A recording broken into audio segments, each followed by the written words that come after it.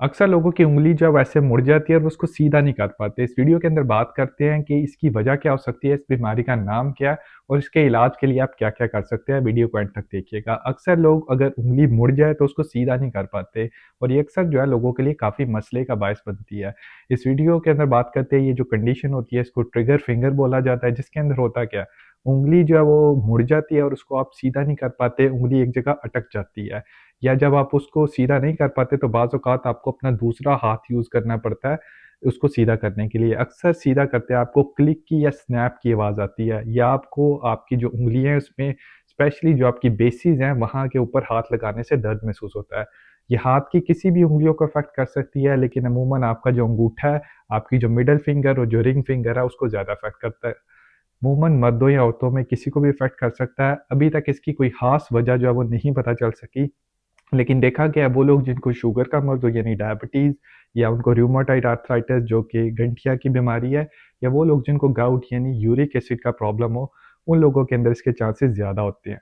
लेकिन ये किसी भी दूसरे बंदे को हो सकता है जिसके अंदर ये कंडीशंस ना मौजूद हो। अगर बात की जाए इसमें होता क्या है, आपके जो हाथ के पट्टे हैं उनके एंड पे एक टेंडन्स होते हैं जो कि एक टनल से पास करते हैं आपके हाथ के अंदर। जब आपके टेंडन के अंदर सूजन हो जाए, इन्फ्लेमेशन हो जाए, तो जब वो इस टनल से पास करेंगे तो उसके अंदर अटक जाती हैं, इसीलिए आपकी उँगली जो है वो अटक जाती है। अमूमन जब लोग रात को सोए होते हैं, उनकी उँगली अगर फ़र्ज़ करें बेंड हो गई है, आप सोए उसे, तो सुबह जब उठेंगे तो उसको सीधा नहीं कर पाते क्योंकि वो जो टेंडन होता है वो अटक जाता है। अब अगर इसके इलाज के लिए बात की जाए तो बाज़ औक़ात आपको सिंपल कहा जाता है कि आपने रेस्ट करना है, आपने उन एक्टिविटीज़ को अवॉइड करना है जिससे आपको अपनी हाथ की उँगलियों को बार-बार बेंड करना पड़ता है, क्योंकि इससे आपके लिए मुश्किल होगा। बाज़ औक़ात अगर आपको हाथ की अपनी बेसिस के ऊपर दर्द महसूस हो रही है तो आप बर्फ़ को टॉवल के अंदर लपेट लें और उससे कुछ देर के लिए टकोर करें।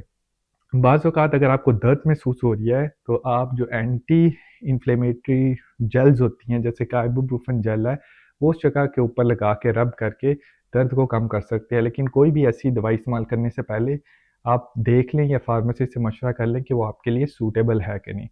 बाज़ औक़ात आपको रात को पहनने के लिए उँगलियों के ऊपर एक स्प्लिंट दिया जाता है जो कि आपकी उँगली को सीधा रखता है ताकि जब आप सुबह उठें तो आपकी उँगली मुड़ी हुई ना हो। बाज़ औक़ात इसके लिए आपको कुछ ऐसी एक्सरसाइज़ेज़ भी बताई जा सकती हैं।